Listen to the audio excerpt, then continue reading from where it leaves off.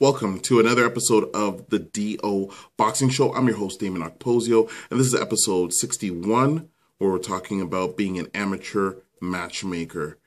So the qualities that you need to be an amateur matchmaker is you're going to have to learn the rules of the association that you're in and know in terms of weight classes, what's the allowable weights where you can match people in addition to their ages, and you also have to know what the exemptions are.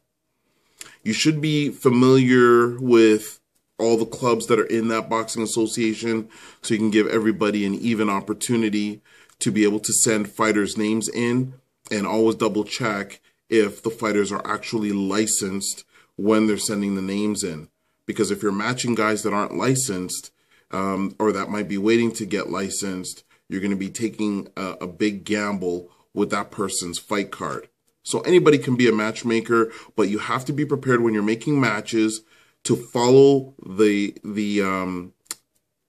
status of those matches all the way through, right up until the fight card, because with boxing, anything can happen because it's one person against one person. Someone can get sick.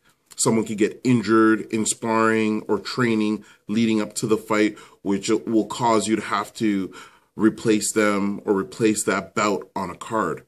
The other thing you can do if you're getting together as an association or you're getting together as a couple clubs, if you try and designate 2 or 3 people as consistent go-to people as matchmakers, have a set price, and the more consistent that person does the matchmaking, or those few people do the matchmaking, the better and better and better they're going to get at it. It's just like anything. If you're doing it on a consistent basis, you're going to be really good at it.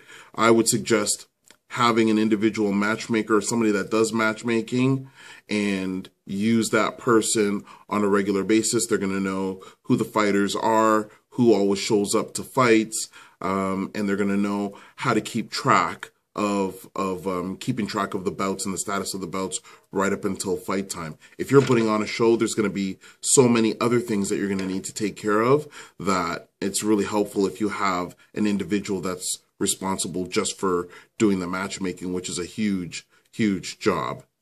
So hopefully that was informative for you. Thank you for tuning in to another episode of the DO Boxing Show. Remember, you can ask us questions on anything, either through Twitter. This was a great question that came in through Twitter. So remember, you can ask us through Twitter at DOKPOSIO or through email at okposio@hotmail.com. Don't forget to subscribe to our YouTube channel at Dameon Okposio, and we thank you for tuning in to another episode of the DO Boxing Show. Thanks. See you on the next episode.